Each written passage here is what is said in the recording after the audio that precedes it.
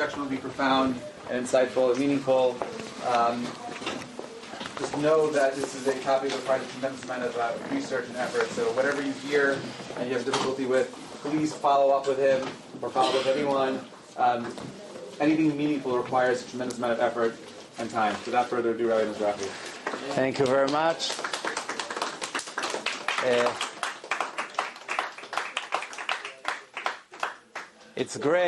It's great to see young guys and girls coming on a Sunday afternoon to listen to some words of Torah that comes from the Torah, from Judaism, and I'm sure you won't regret it. This hour will be very entertaining, very interesting, and also very valuable for the rest of your life. If you listen to every word I'm going to say, I'm sure you're going to gain some knowledge that can help you very much in the rest of your life. In case you are not aware, today we have more than 80,000 religions and cults in the world. More than 80,000. Is it possible that all of them is the Word of God? Probably not. Did God give different religions 80,000 times? He's playing games with himself? Probably not. The answer is, in that case, he's a Jew who is searching for the truth. Not only a Jew, every person is searching for God. He wants to be close to the creator of the world, the one who created this beautiful world that we live in, with so many nice things. How does a person supposed to find the truth if there's 80,000 paths? Which one is going to choose? It will take him more than 7 years of his life to investigate even half of them. So by the time he ended, he did not fulfill his mission one way or the other. So it's a lost case. Really nowhere to start. So what's the right logic here? How does a person start his investigation? He goes in the right chronological order. Which religion has the highest chance to be correct? The first one or the last one? The one who started a month ago? Or one who started 3,330 years ago? Trick question, neither one. Huh? So what do you think? First one. We go with the first one. When we review all the other major ones, of course we don't have time for every cult to start investigate them just because it started somewhere. So we go for the main religions, which is Christianity, Islam, Buddhism, Hinduism, Judaism. That's basically the main religions in the world. We find that the first one is Judaism. It's 1,300 years before Christianity started. 1,300 years. It's a long, long time. It's 1,800 years before Islam started. Islam is about 1,400 years old. So it's about 1,900 years before Islam.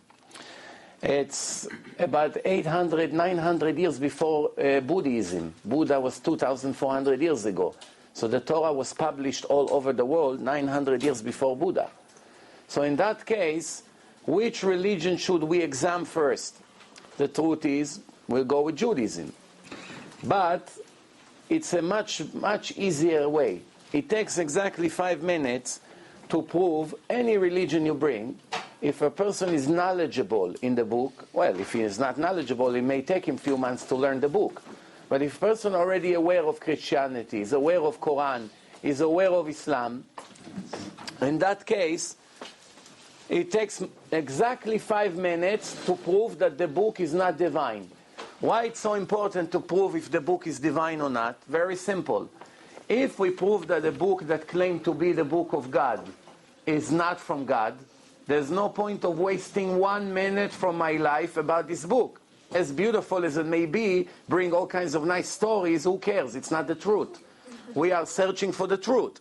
If God gave it, I might as well choose if I want to listen to him or not. That's already my choice.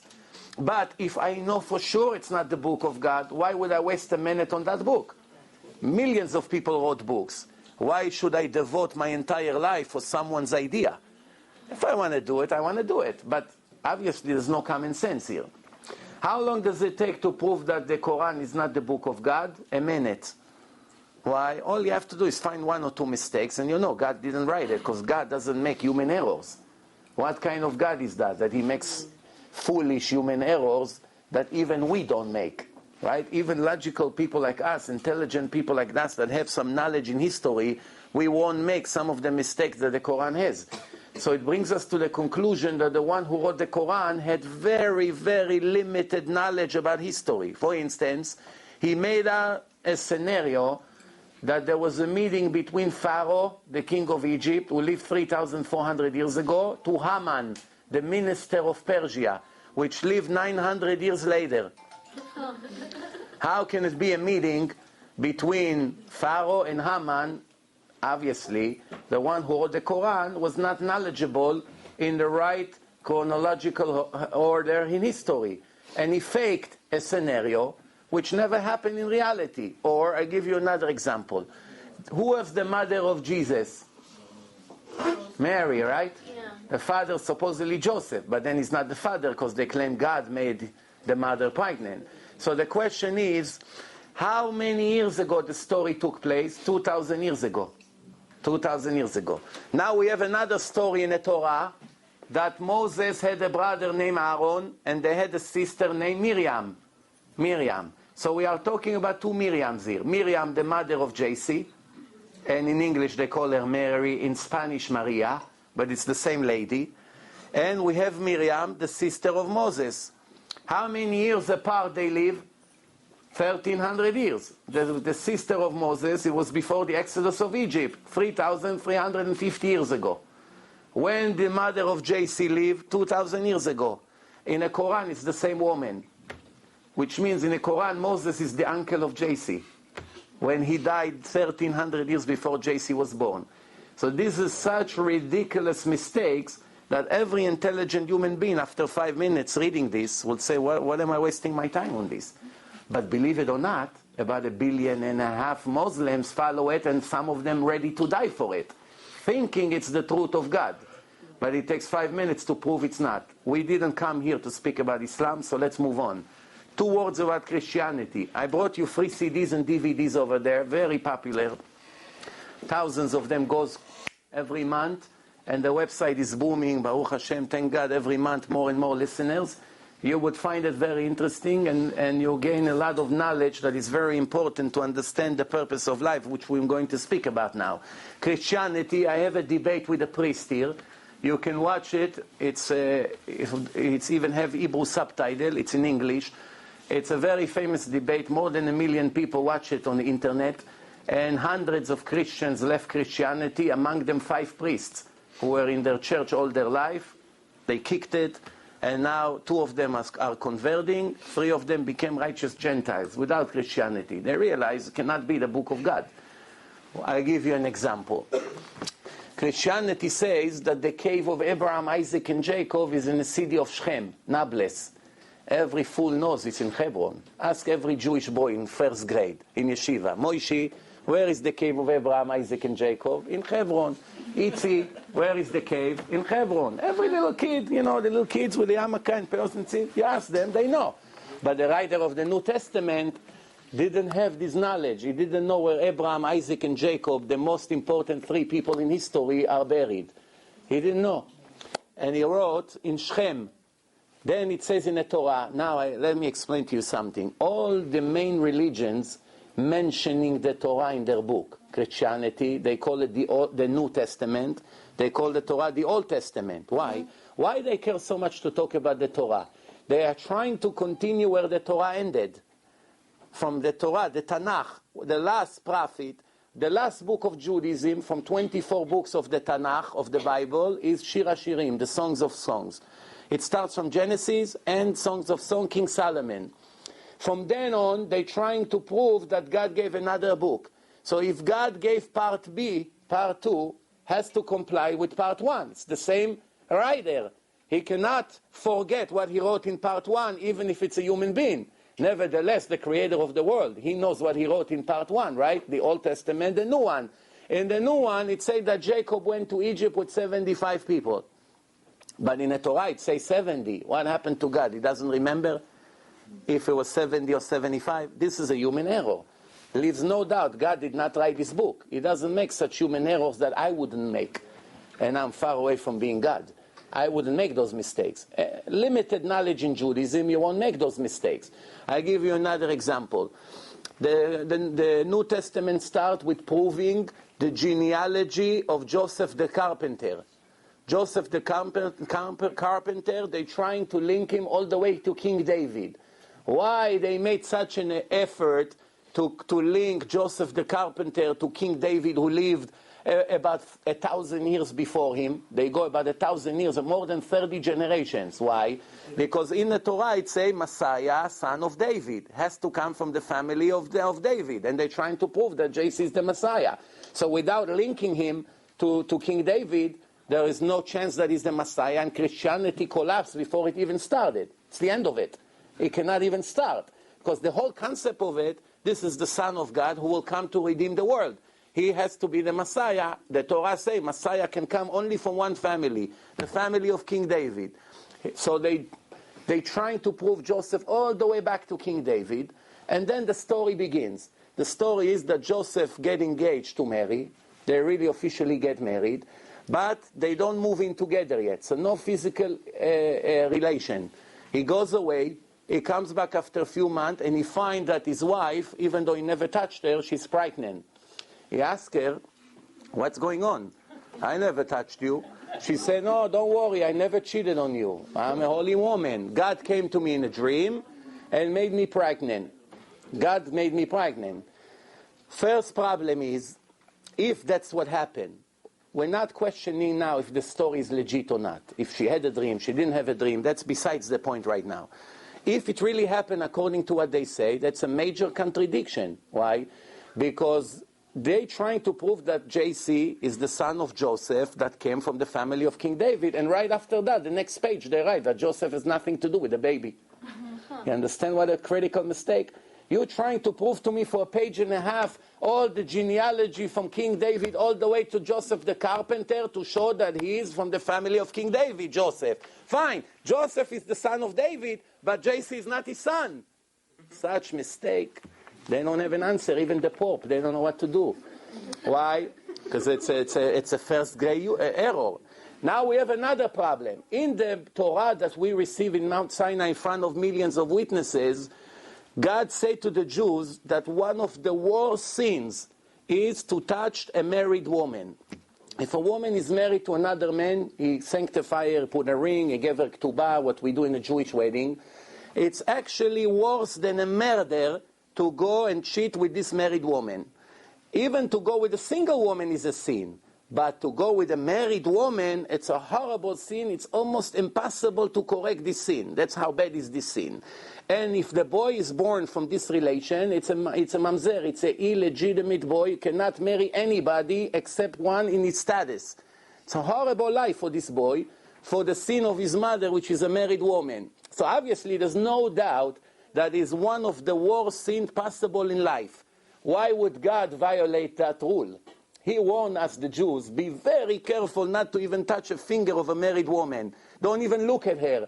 She's not belongs to you. She belongs to her husband. Baal in Hebrew, Baal means few things. Baal means the first one who had relation with her. That means Baal, Boel. Second means owner. That's why he buys his wife, by giving her something and she agreed to marry him.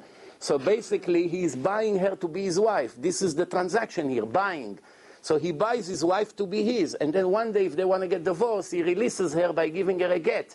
And then she's free to go and marry to whoever she wants. But as long as he did not release her, she cannot have any other man touch her. Why would God come to a married woman and make her pregnant and make the boy a mamzer, an illegitimate boy? He needs the Messiah to be a mamzer? It's the biggest embarrassment in history.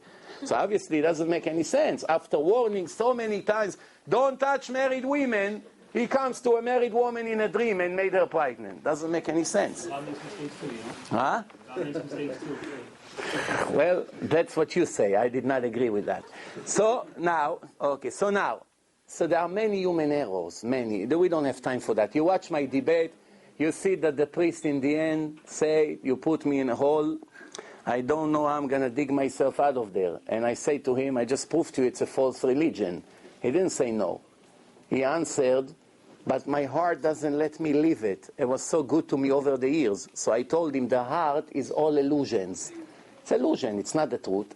People have all kinds of illusions and feelings in their heart. Who's to say that it's the truth? I told him the Muslim who come to blow the bus and kill women and children on the bus also have an illusion that he's going to heaven. If he only knew where he really goes. So whatever we have in our heart, all kinds of imaginations, that's nothing to do with the truth of God. Sometimes it's the truth, sometimes it's not. We are now talking scientific truth that can be proven.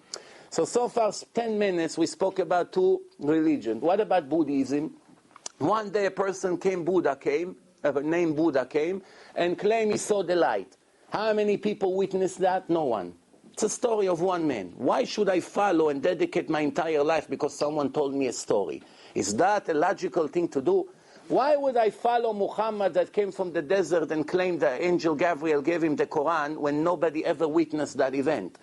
Why would I believe Mary that come to me and try to save her life? Because in the old day, a married woman who cheated on her husband was getting executed.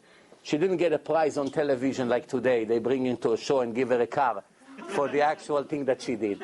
The days were a little bit different. Jews, non-Jews, if a woman cheated on her husband, it's execution, as you can read in the Torah.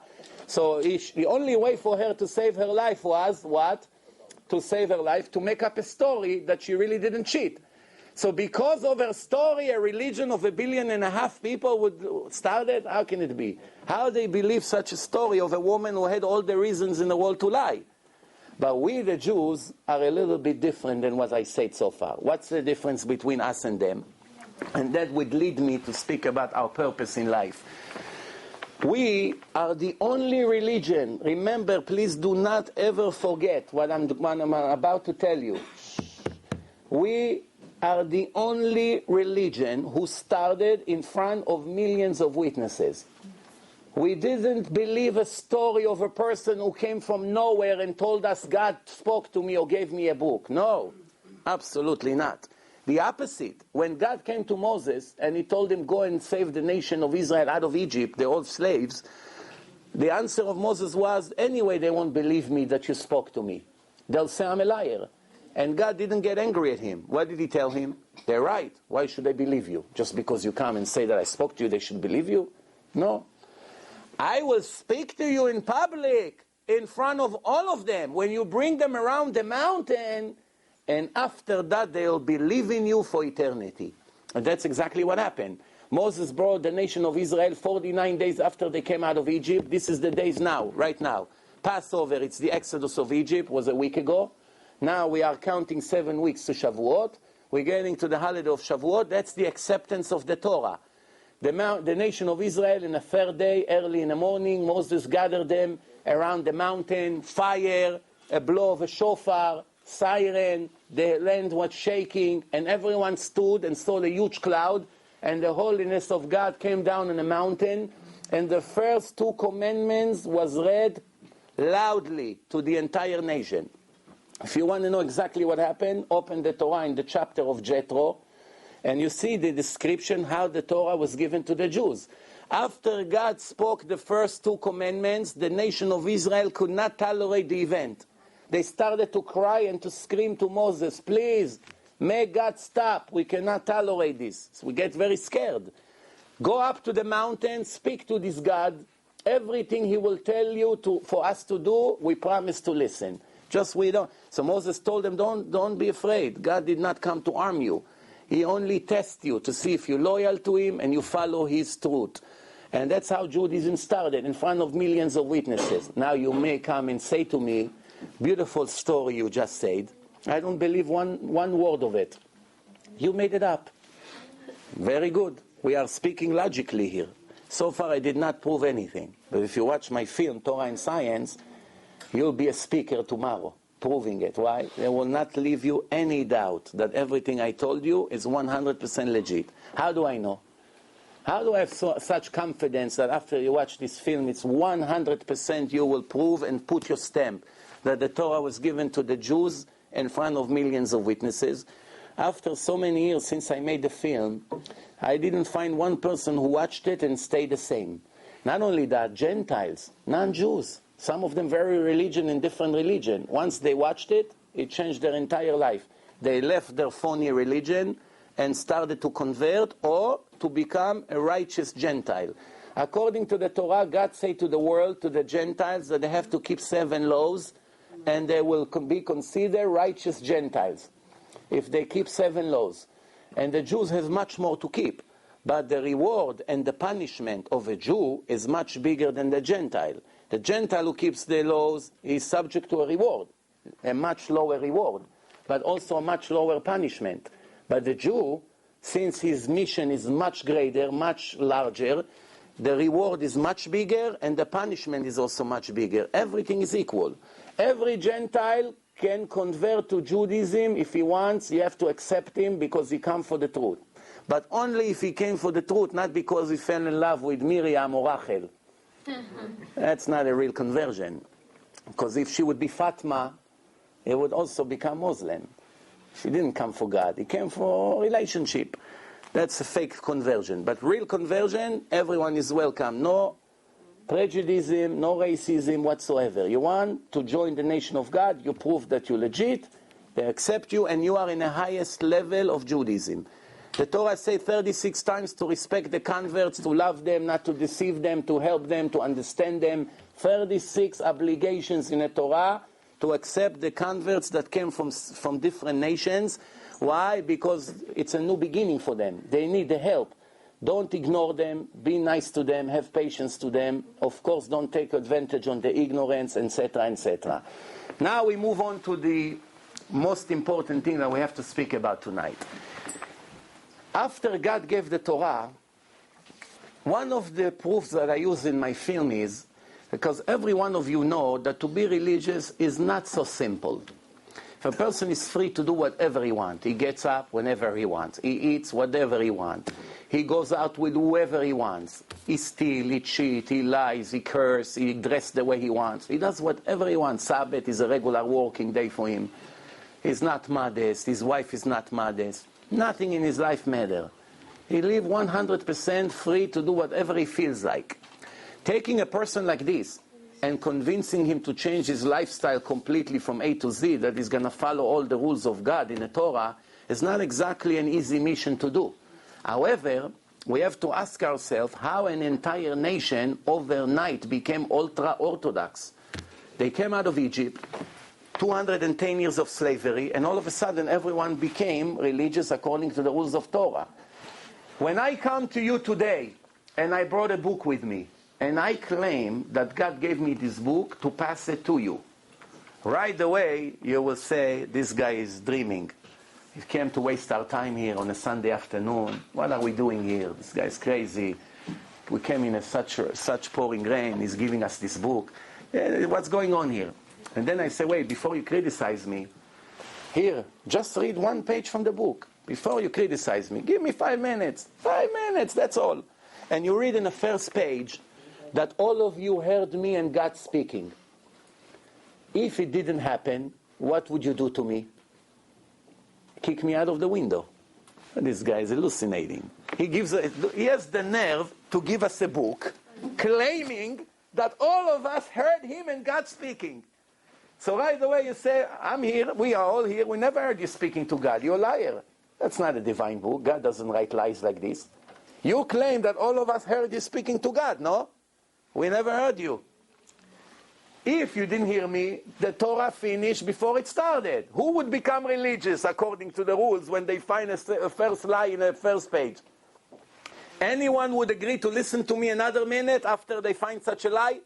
No one would continue to waste their time. But if you see that it says that all of you heard me and God speaking, and it really happened, remember, if one of you did not hear, everyone heard. But one of you would raise his hand and say, excuse me, they claim they heard you speaking to God. Very nice. I'm here also. I did not hear you speaking to God.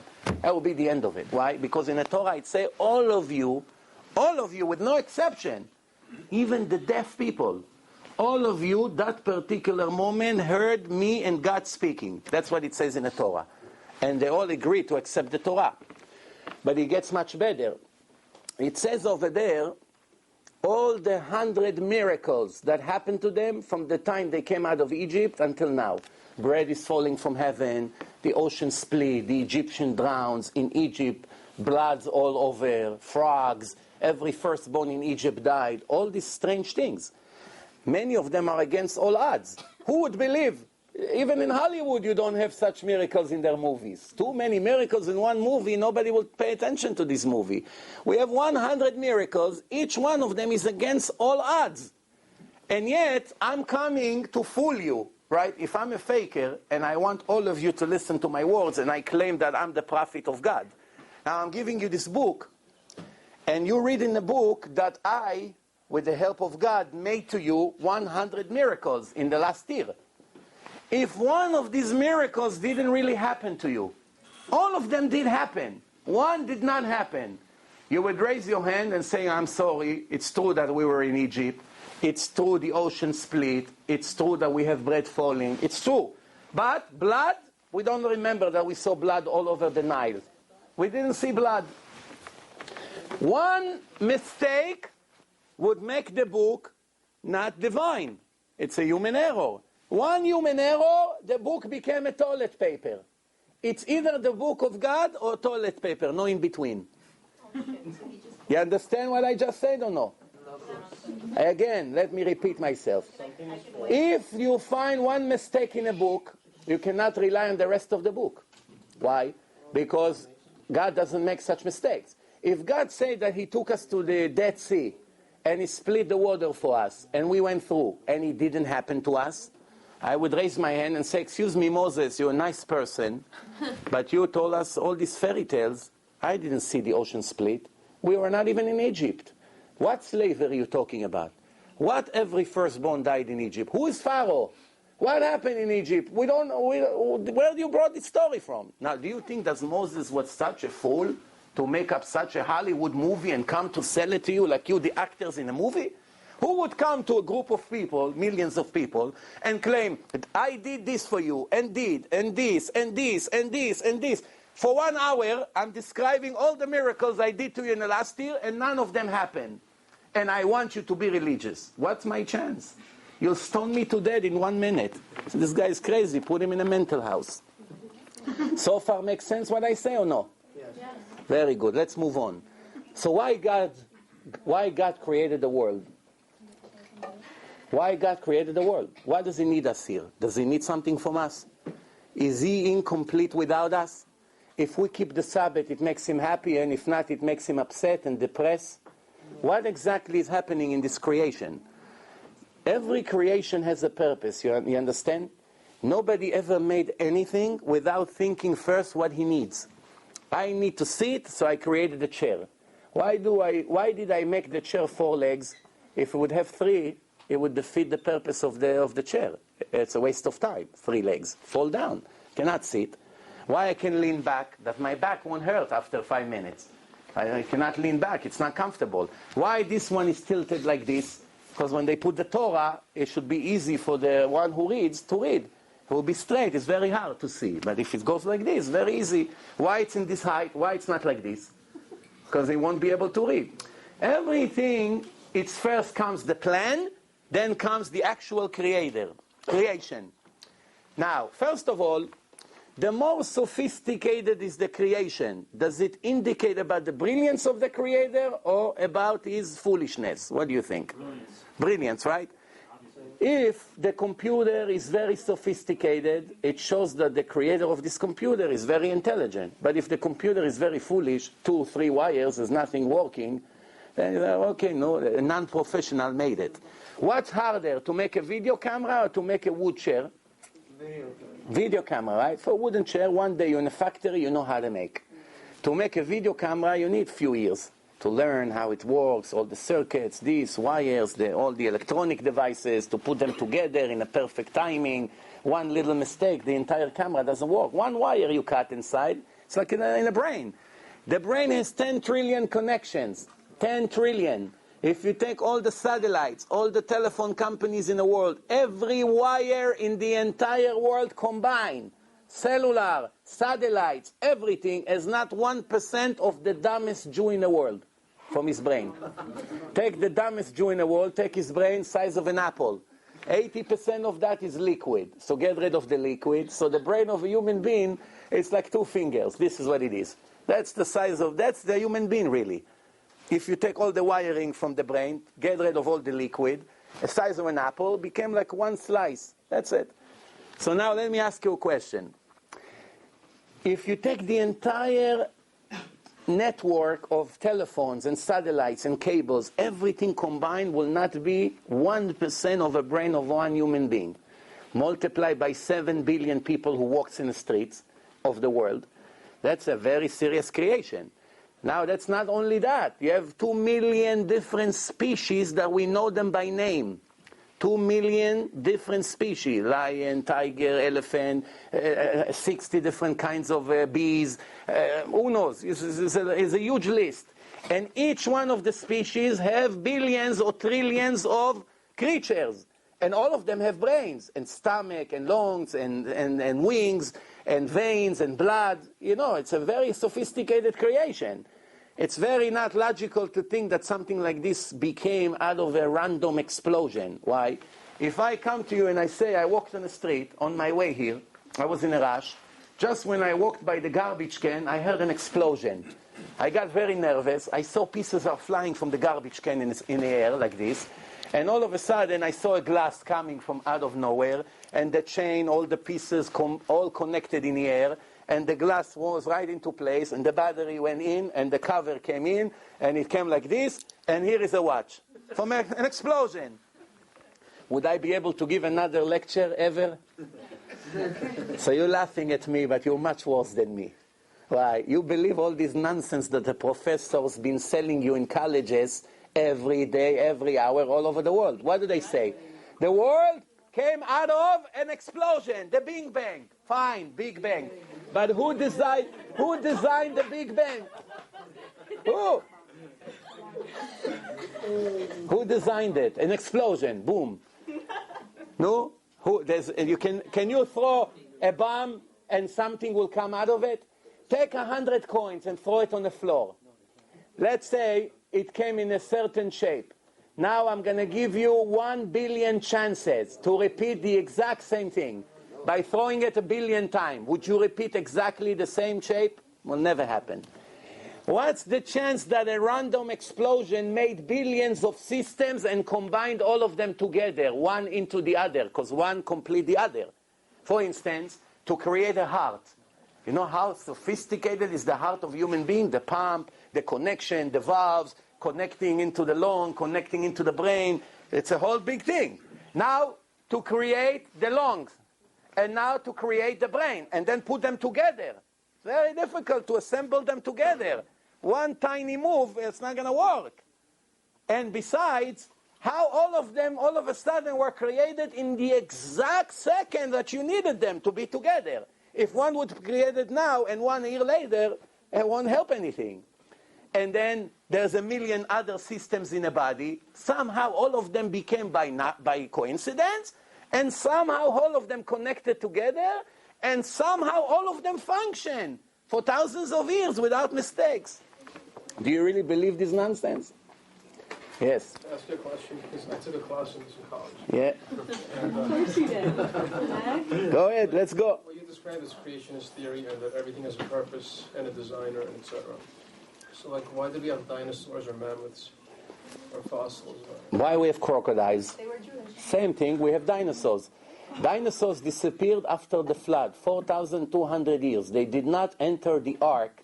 After God said to Noah to build a big boat, huge boat, an ark, all the Torah said that all the big animals did not have any room in the ark. Only normal-sized animal, which probably the elephant is the biggest out of all of them, and a giraffe, entered the ark. All the huge animals, such as dinosaurs and others, did not enter the ark. You find their bones in archaeology, and it's no contradiction to the Torah. The Torah says God created the huge crocodiles, which leads us to believe that he's speaking about dinosaurs. Remember, dinosaurs is a modern word. The Torah was 3,300 years ago.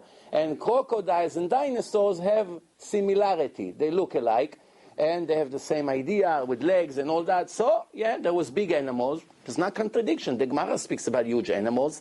So I don't see why people hold dinosaurs as a contradiction to Judaism. The opposite. It's The opposite. Huh? A dinosaur is not millions of years old? Not millions of years old. I tell you what, I don't want to get into this subject because it will take 4 hours. But if you trust me, all you have to do, on my CDs, you have my website. On my website, I put 2 films by an American scientist, non-Jew, not religious, not Jewish, nothing to do with Judaism. His name is Robert Gentry, and he made 2 films, The Fingerprints of the Creation. It's a must-see. He's an American scientist that proves to you one by one that everything the scientists are claiming that the world is millions of years old, it's all baloney. And he proves one by one, knowing exactly the methods and the formulas that they are using. Don't believe me, believe him, because he's a specialist. Listen to him. I put it, there's a reason why I put it on my website.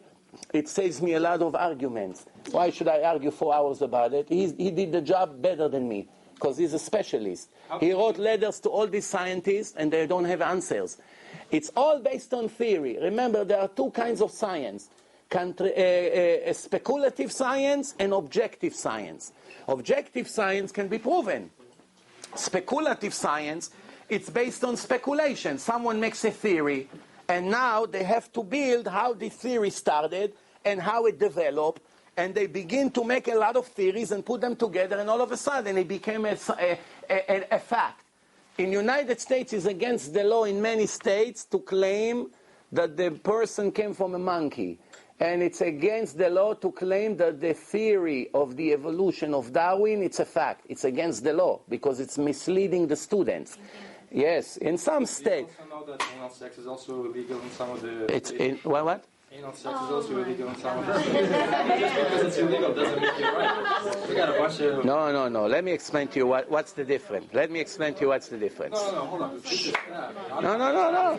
I'm not arguing with you. There's a law against everything. I'm not arguing with you because I don't know the constitution of every state. But I want to tell you what I meant. I meant the evolution of Darwin, it's a theory, and the followers of Darwin admitted that everything he says is wrong. They modify his entire theory from the beginning. Why? Because there's no middle step. You have a beginning and you have an end, and they never found the connecting piece. They never found. So therefore, it stayed a theory. You know how many millions of theories you have out there? If I'm going to start believe every theory who comes to the world, there's not going to be an end to it. Would I base my life on a theory of someone who lived a few hundred years ago? It's very foolish. I didn't come here to sell you any theory. Only 100% proof. And what's the proof? Let's talk about some of the proofs. I made a film, Torah and Science. It proves that the Torah can never be written by a human being. Can never be written by a human being. A person was unable to write such a book, no matter how brilliant it is. Why? Because, first of all, it's full of prophecies. A person can be a brilliant Albert Einstein, but he doesn't know what's going to happen a month from now. Nobody knows the future. A person doesn't have these abilities to write an entire prophecy, 3 full pages with hundreds of details, and 1,000 years later it happened in details. What person? I'll give you an example what I'm talking about a prophecy. The Torah said to the Jews, after they came out of Egypt, 49 days later, God gave the Torah to the Jews. When the Jews officially entered the land of Israel, 40 years later, only 40 years later, they went and circled in a desert until all the generation who came out of Egypt slowly died, and the new generation who were born in a desert, they entered the Holy Land. Who was the leader who entered them? Joshua. He took Moses' place. So now, when the Jews received the Torah, in the Torah there is a promise. What's the promise? I'm going to give you the land. There are 7 empires who sit in the land. Aprizia, Yevusia, Girgashi, Knaani, Achiti, all these big empires with massive army. It's the most desired land in the world ever. Even now, Israel. Look what's happened. All religions fighting for Israel, for Jerusalem. You see what's happening. It's nothing new. It was always the most important point of the world. 7 nations share the land, even though Israel was much bigger than today. But there are 7 armies sitting there and sharing the land of Israel. God comes to the Jews and says, I'm giving you the Torah, and I make a promise to you. I swore to your father, Abraham, Isaac, and Jacob, that I will take their children to the land and will give them the land. I will throw these Gentiles from the land and give you the land, and you will build the holy temple for me.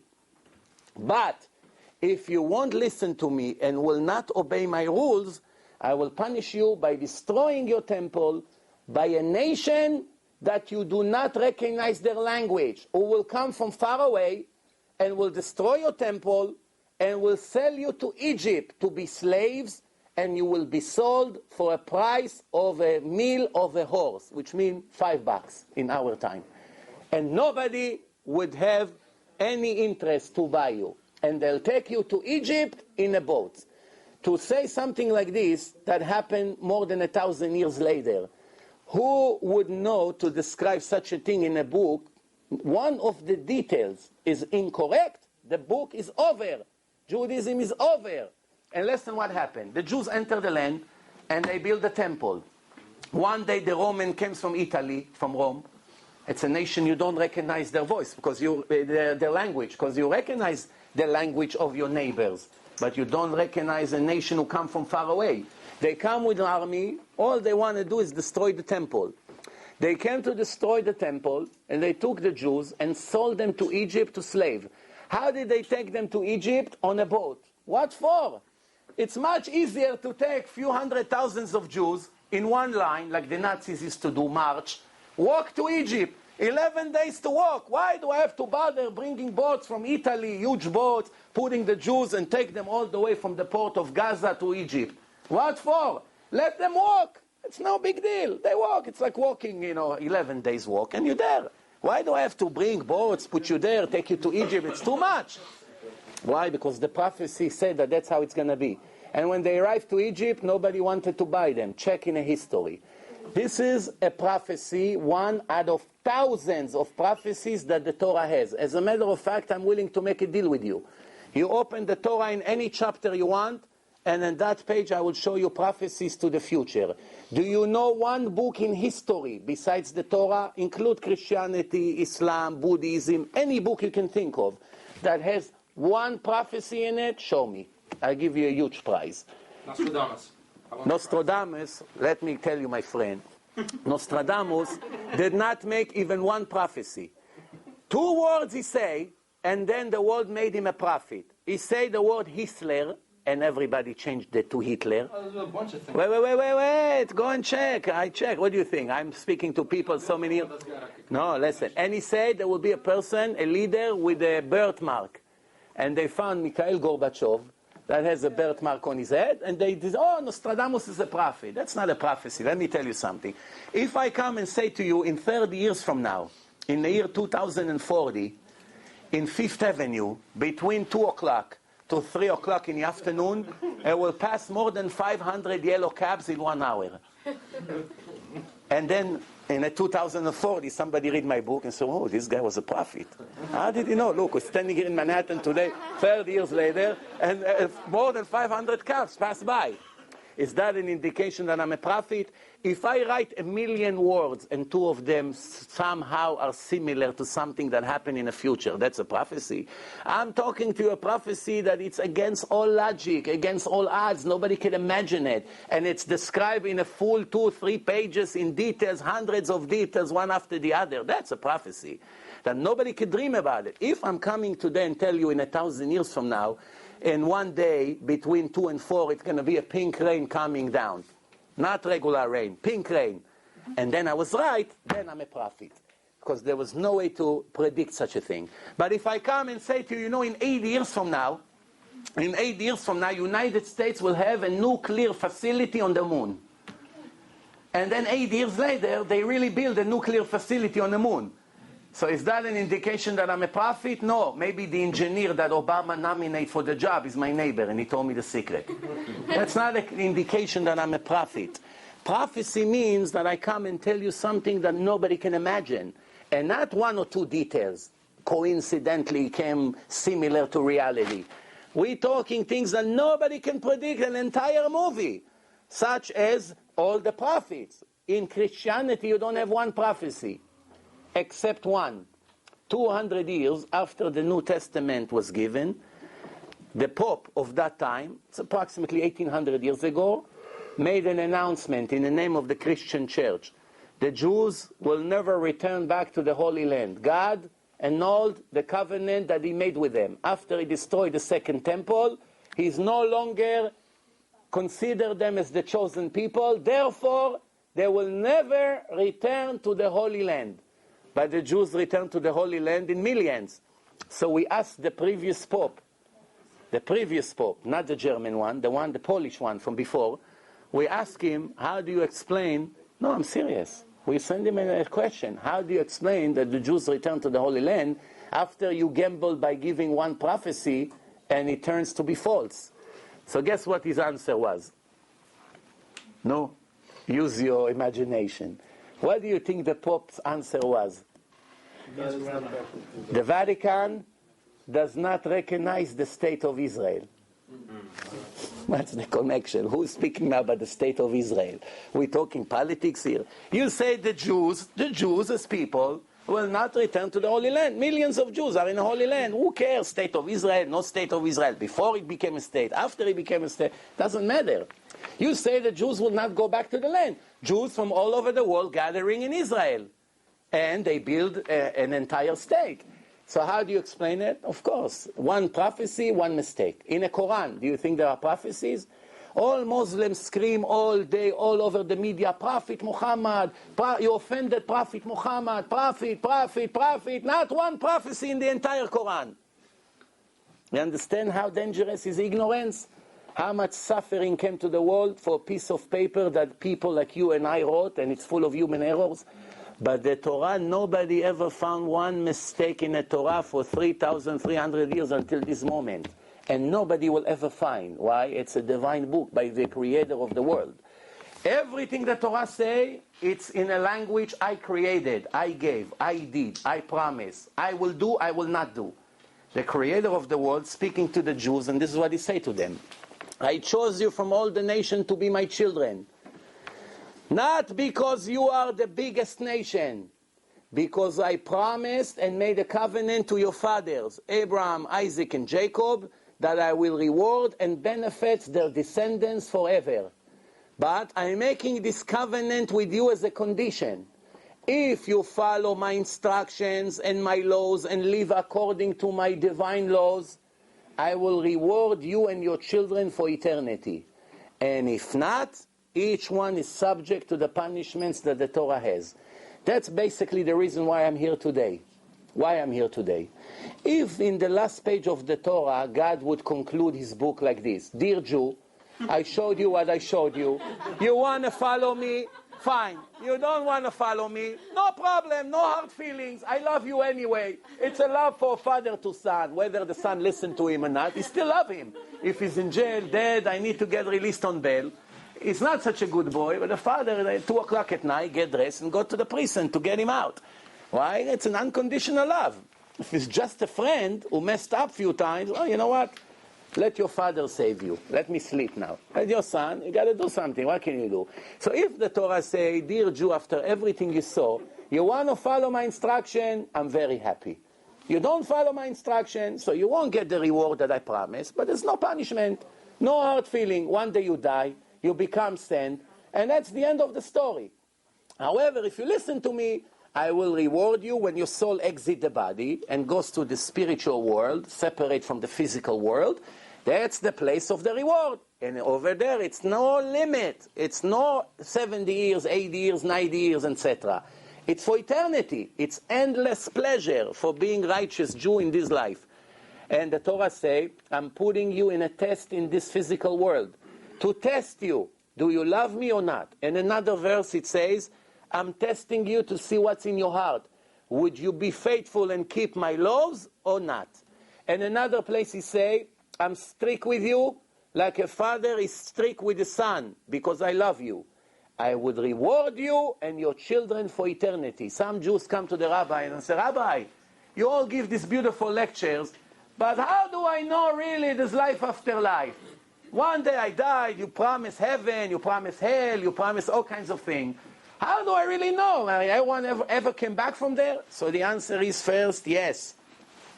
More than 30 million people, 8 million Americans alone, died and came back to life. Even though, according to science, if you're dead for more than 6 minutes and come back to life, your brain is permanently damaged. Your memory is erased, your cell, it's all damaged. But somehow, there's an exception to the rule. There are people who died for more than 6 minutes, no oxygen, no brain waves, no pulse, no feelings. You can burn them with a cigarette, they don't make a beep.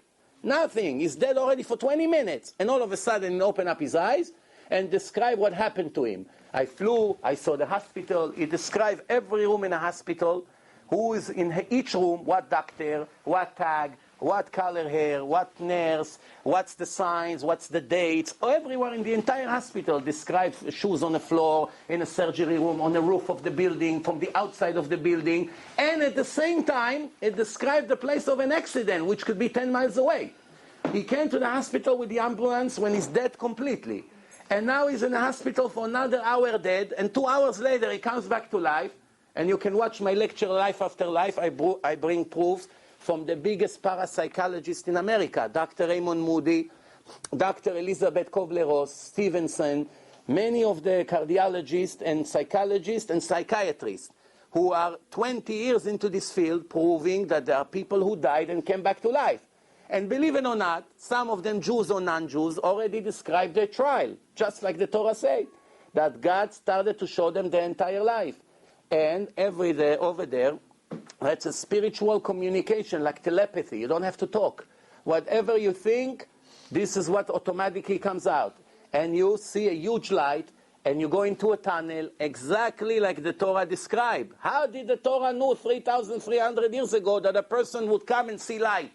How did the Torah say that he will go into a tunnel? How did the Torah say there is a trial? And everything that the Torah say, Jews and non-Jews testify that that's what happened. Now remember, there are people who died for 40 minutes. When you burn them, when you pinch them, you do whatever you want, they don't make a beep. Later, when the soul enters back into the body, they begin to scream from the pain. When the body is broken to pieces, the joint came out, the knees came out. One person, they brought his jaw in a pot. They put it in a pot. They found it in a highway. They brought it to the hospital. They connected it with screws. For 6 months, he was in Israel in a hospital. He made a whole video about what happened to him after he died. And they put everything together. And then when he came back to life, after receiving all this morphine, he was dying from pain. But all the time he was dead, he didn't feel anything. Why? Because the soul was out of the body.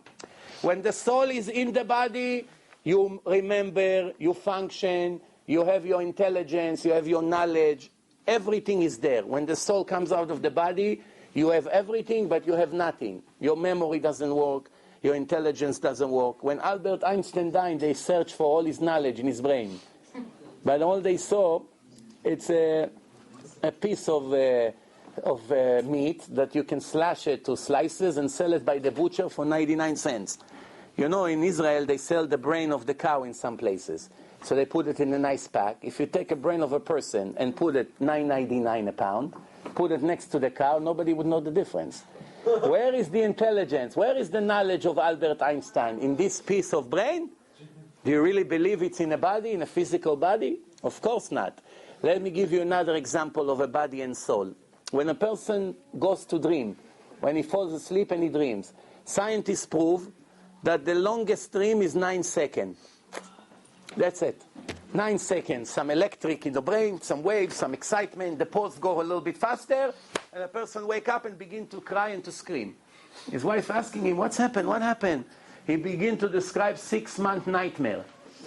Conversation. The Arabs took him. They put him in Gaza. They beat him up. You dirty Jew. Every day that.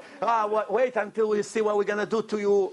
All of a sudden, he wakes up. He begins to cry. His wife says, "What happened, Moshe?" So I have no idea. They took me, they put me in Gaza every day, or beating me up, cursing me in Arabic. She said to him, "How exactly the 6 months enter in 9 seconds? How?" The answer is, when the soul exits the body, it's no longer subject to the law of physics.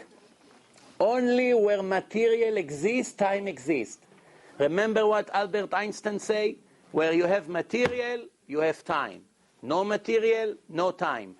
Albert Einstein got the credit for it But the one who wrote it 700 years before him is the Ramban, Rabbi Moshe ben Nachman, one of the greatest Jew ever lived.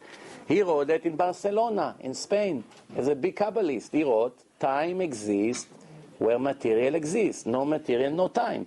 Albert Einstein, 700 years later, got the credit. It's all documented today. But 700 years ago, the colleges don't know the Ramban so well. Some know, some don't. But it's in Judaism. There's nothing new but what he said. Whatever the Torah say, when you have material, you have time.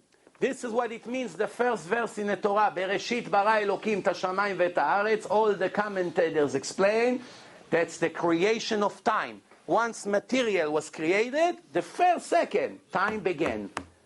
And from then until now, 5,771 years. From the time of Adam's creation until now, 5,771 years. Let's conclude, because time is running out. We have mamash 5 more minutes.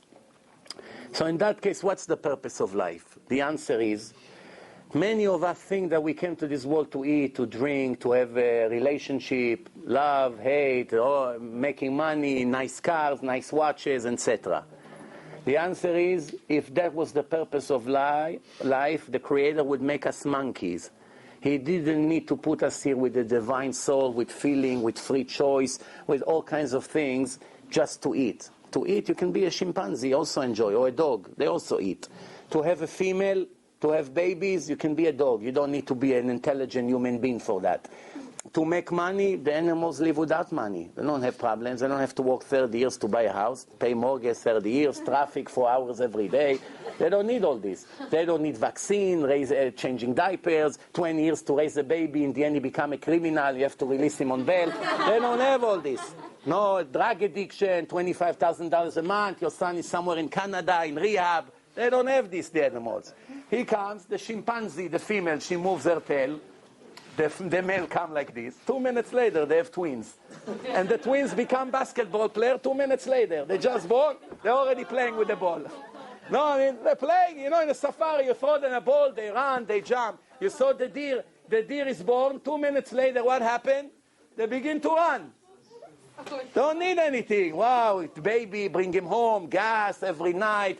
Hey, sleep already, I have work tomorrow. I don't have all this. So what's good about being a person? This is what the Torah says. And this is what I wanted to pass this message to each one of you. The Torah says there is no advantage to the human being on the animals whatsoever. Nothing. They run faster, they're stronger, they have easier life. Everything by them is simple, no show off, none of this, 10 years in college, degree, you find a job, unemployed, you don't find a job. They don't have all this headache. So, did you ever see a monkey with gray hair? They don't have stress. Did you ever see a bald animal? They lost their hair? No stress. Stress make a person bald fast. I have a cousin. Let me tell you a quick story. I have a cousin. He's more or less my age. He went into business. He was selling electronic to the Arabs in the Gaza and those Jericho and those territories. Then the Intifada started. A year before the Intifada started, he was making very good business. In 1 year, him and his partner have 3 fancy cars. They have a beautiful place in Tel Aviv, showroom for electronic. People owe them millions of shekel. In 1 year, he did very well. All of a sudden, the Intifada started. What did the first thing the Arab do? They don't pay the Jews what they owe them. So in 1 month, he went bankrupt. He owed his suppliers. There's no way to go into the Arab territories. Nobody sent you the check. So he right away went bankrupt. I saw him a month before the Intifada started. I saw him 2 weeks after it started, or 3 weeks after. Within a month and a half, his entire hair became white. I'm not exaggerating. Within a month and a half, maybe 6 weeks we're talking here, from the stress of people in Israel. When you owe money, it's not like here, someone is begging you a collection. Excuse me, sir, would you be kind to send 10%? We'll waive it from your credit. In Israel, they send you gangster to the house. They come, where is the guy? He's not here, they take the laundry machine. The next day they come, where is he? Okay, they take the couches. Next day they take the television. Yeah, that's how it is. They take your glasses. They pull the glasses from your face and go. They're collectors. Nothing you can do. It's with the law. It's collector. That's how it is. They beat you up if you resist. Sometimes you don't say anything. You just beg them. Maybe you leave the couch at least. They give you a punch, they break your nose, and then in the end they claim that you attacked them. That's what's happening today. So the stress drove him crazy. In 1.5 months, he became all white. So he show you the stress has a lot to do with that. The monkeys don't have it. So what's the advantage of a person? The answer is none, except one. And that's what the Torah says, the book of God, the creator of the world, our creator. And it applies to each one of you here with no exception, and to me as well. What does it say? The only advantage that a person has from all the animals is the divine soul that I put in his body, which will be judged by me in the time of death. That's why in Judaism we say a Kaddish for the deceased people for 1 year. Where all these customs come from? That a Jew died and his children come to the synagogue and say, "It gadal v'itkadash shmei Rabbah." Where does it come from? For 1 year. Why not for 1 month? Why not forever, as long as you live? Why only 1 year, 12 months? Because the trial is 1 year. And you want to help your father or your brother, whoever dies in your family, God forbid. So by helping them is by saying a special prayer to praise God in the time of the trial. The Torah told us the secret that it helps the deceased people. And the custom of sitting Shiva for 1 week because the soul is still connected to the world for 7 days after the death. After that, that's it. No more visitation. 7 days, that's why we sit Shiva, to show them that we care for them, that they left. All these old customs have roots. It's all mystical Kabbalah secrets. But today, people have no knowledge in Judaism, complete ignorance. They never learned Judaism, and they criticize the Torah without knowing what it is. Why? It's a new generation who grew up in Brooklyn. So they go to college, they go to elementary school, they learn about a lot of things. Every Jew today is an expert in computer. Some in medicine, some in sports, some in cars. But none of the Jews know 1% of Judaism. The most important thing for the purpose of life, almost all the Jews in the world never learn even once in their life. Anybody here can raise his hand and say to me once that he read the Torah in the simple way. Forget the secrets, forget all the commentaries, forget all that. Just the literal translation of the Torah from the beginning to the end. 304,805 letters. The divine Torah of God. Any Jew today in Israel or in America or in Russia, a secular Jew, ever read the book of God once in his life? Can it be a bigger crime than this? That a person has in his house a book full of dust, 1 inch of dust on top of it. Not one time in his life he read what God wants from me as a human being. So let me tell you what he wants. It says in the Torah, the only advantage is the divine soul that I gave you. I'm giving you the life and the good. Mamash, another minute and we're done because I got to run. So please, 1 more minute, bear with me. If not, I would stay with you another hour, so you're lucky. 1 minute, I'm out of here. And you take the rest, is the CDs and my website. So, God say, I'm giving you the life and the good, the bad and the death. And you should choose the good, that I should reward you in your end. And if you don't, what happened? It's either a reward or punishment. If there would not be punishments, I wouldn't waste my time coming here. I came more than 2.5 hours driving to here, with lots of traffic and rain.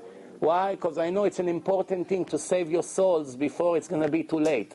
You don't believe me? You have my telephone number, my email. You can ask me any question you want. The CDs will answer probably all your questions. If you watch this film, Torah and Science, you will get the answer for the purpose of life, for life after life, for the written Torah, for the oral Torah, for the free choice. How does it work? If God knows the future, how is it possible we're choosing? Why righteous people sometimes suffer and wicked people celebrate? Where is the justice that God speaks about? What's the purpose of marriage? What does it mean to raise children? What's my obligation? What's my responsibilities? How much I have to put efforts in making money? How much I have to trust God? Things that affect each one of you all your life. It's a biggest crime for you against yourself not to know these elements, these important foundations of life. Ignorance is the biggest danger to a life of a person, in any field. Nevertheless, in the most important thing, the purpose of his life. Person will live here 7 years and not touch the purpose why God put him here. Isn't it such a major disappointment like this? You come in front of God and say 7 years of your life was a waste of time. Not 1 minute of your life you are connected to me. Not 1 minute of your life you did what I put you here to put. You did not gain anything, you did not achieve anything, you destroyed my world, and now there's a huge list of sins that you make, and I have to judge you for each one of them. When you're going to wake up over there, you're going to remember this Sunday here and say, why didn't I listen? Why didn't I grab a CD? I hope you'll be clever enough to trust me that I'm not telling you stories and watch the film. What I can do in 1 hour, it's very limited. I only give you a touch of each. Go into my website, there's 1,000 lectures. There's, in our Facebook, we have more than 2 million views every month. It's very interesting, I promise you, in English, in Hebrew, even in Russian, some of the lecture translated. But please do not waste the opportunity that you have. No, we'll take a question or two. Yes? So is the idea then that the world is just like God created a world that's either like Jews and then just Gentiles? Because then you just prove that in reality, like Christianity, Islam, all those religions are not a word of God. So then there's only one truth, one religion. The rest is all nonsense. It's people made it up. But wait. Jews and Gentiles? Yes, but the Gentile, a righteous Gentile is better than a wicked Jew. Which means a righteous Gentile has to keep 7 laws and is subject to heaven. If he wants a harder test, it's in his hand. He comes, he converts. His job is much harder now, and his reward will be harder, or punishment, depending if he'll do good or not. Nobody forced him to convert. Judaism is not a missionary religion. We're not after the Gentiles to beg them to convert. The opposite. We test them many times that they prove that they're legit. And only after that we convert them, the Jewish court. Well, once they converted, they're 100% Jews like everybody else. But all the other religions are man-made religion. That's why they are not, the Gentiles are not subject to these religions. Yes? Yes? Okay, so every Jew right there has to have a DNA. Every Jew that's not a convert will have a special DNA, correct? Every Jew that is not a convert, Right. yes. So No? how does that convert like every other Jew? First of all, DNA has nothing to do with the soul. DNA is a physical thing. You can have a Jewish DNA and you're 100% a goy. Why? Because it came from your father and your mother is Christine. So if your mother is Christine and your father is Moshe, you got the DNA of Moshe. Maybe Moshe is a Kohen, so you have the DNA of Aaron, the brother of Moses, but your mother is Christine and your soul is not a Jewish soul. So DNA has nothing to do with your Jewish soul or non-Jewish soul. Any more questions? Yeah, but is this a God's word, or it is just later people come up with that and say, yeah, like if your mother is a Jew, you will... No, it's divine. The Torah says, Abba min hagoya karu ibna. Yeah, because the Torah refers, when Jews had relation with a non-Jewish woman, the Torah called the kids her kids, not your kids. Yes. Not only that, the truth is that if a Jew had a kid with a non-Jewish woman and 20 years later that daughter wanted to convert, a Jew can marry his own daughter, biological daughter, because she's not his daughter according to the Torah. But the rabbis do not allow it, because then the Gentiles will say, what kind of nation is this? They marry their own daughters. But when God said to you that if your wife is not Jewish, the kids are not Jewish, he did not joke. It's 100% that if your wife is Christine and you call your daughter Jennifer, this Jennifer is a Goya, is not a Jew. So one day this Jennifer will be 20 years old and she wants to convert. You can be 40, she can be 20, you can marry her and it's not a sin. Why? Because she's really not your daughter. And Jews do not understand that. It is in the Torah. But the rabbis do not allow it. So one way or the other, it's not allowed. Any more? Last question. No? Yeah. No more prophecies. No more prophecies, because in the Torah it says that one point the level of the sins of the Jewish nation will be so high that God say, and at that day I will hide myself from them. I will hide my face and they will not see my supervision on the creation. In Hebrew it sounds like this. Bayom ha'u aster astir panai mehem. Why? Because they betrayed me so much. Now the miracles will all be hidden in nature. But up to 2,000 years ago, the miracles were clear. But the level of the idol worshipping also was very high. Because not to ruin the free choice. When the miracles of God were revealed and clear, the idols also had power. Today, it's very hard to find the miracles of God. Therefore, the idols also don't have any power. It's all equal, 50-50. It's a matter of if you choose the truth or not. Thank you very much again. Thank you. We'll meet again. Thank you very much. Please take CDs, please.